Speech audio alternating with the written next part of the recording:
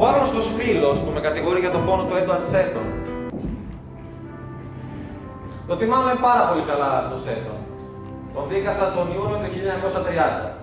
Κατηγορείτο για φόνο. Έχουμε από κοντά, αλλά είχαμε κι εμείς τόσα βάσανα, αρρώστιες, σκοτούρες όλο το χειμώνα. Ναι, έπρεπε να έρθει ο Τάτος για να σας δούμε.